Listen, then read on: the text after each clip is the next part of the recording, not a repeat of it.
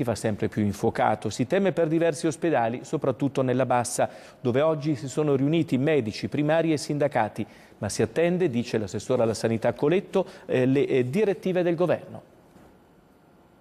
Ho promesso per novembre continua a slittare e di fronte alle incognite di chiusure e trasferimenti c'è chi inizia ad alzare la voce. Il PD chiede chiarezza, paventa tagli sanguinosi all'US21, quella di Legnago, e chiede di correggere il tiro finché sia in tempo.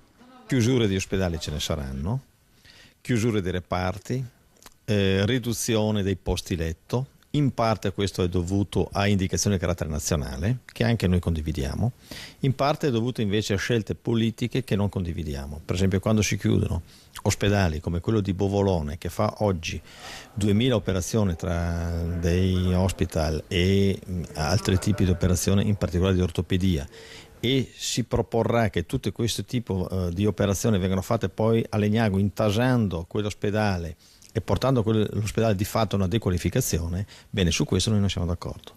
L'attenzione è alta anche su Zevio, dove si perderebbero 80 letti in riabilitazione, e poi Legnago impoverisce chirurgia. Se ci spostiamo a Malcesine si teme per il centro rieducativo dei disabili motori, che potrebbe passare da 87 a 35 posti.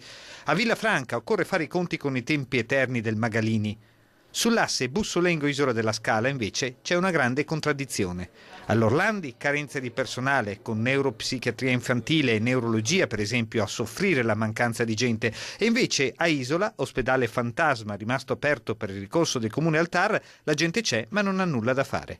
Stanze vuote o chiuse a chiave, pochi servizi attivi, ma il minimo di dipendenti non può essere toccato, anche se di fatto questo è già un ospedale dismesso. Gli stessi dipendenti rimasti sono i primi a lamentarsi di questa assurdità.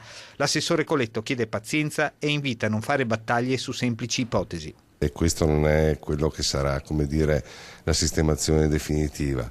Va anche detto che fa capo a un piano sociosanitario che è stato votato in Consiglio, ma di più a breve sarà sostenuto in quelle che saranno le percentuali dei posti letto, quelli che saranno gli ospedali di riorganizzazione tipo hub and spoke, da un disciplinare, da un decreto, da un regolamento governativo che verrà approvato a brevissimo in sede di conferenza Stato-Regioni. Medici e primari dell'US21 si sono riuniti oggi con i sindacati per cercare di capire cosa sta accadendo.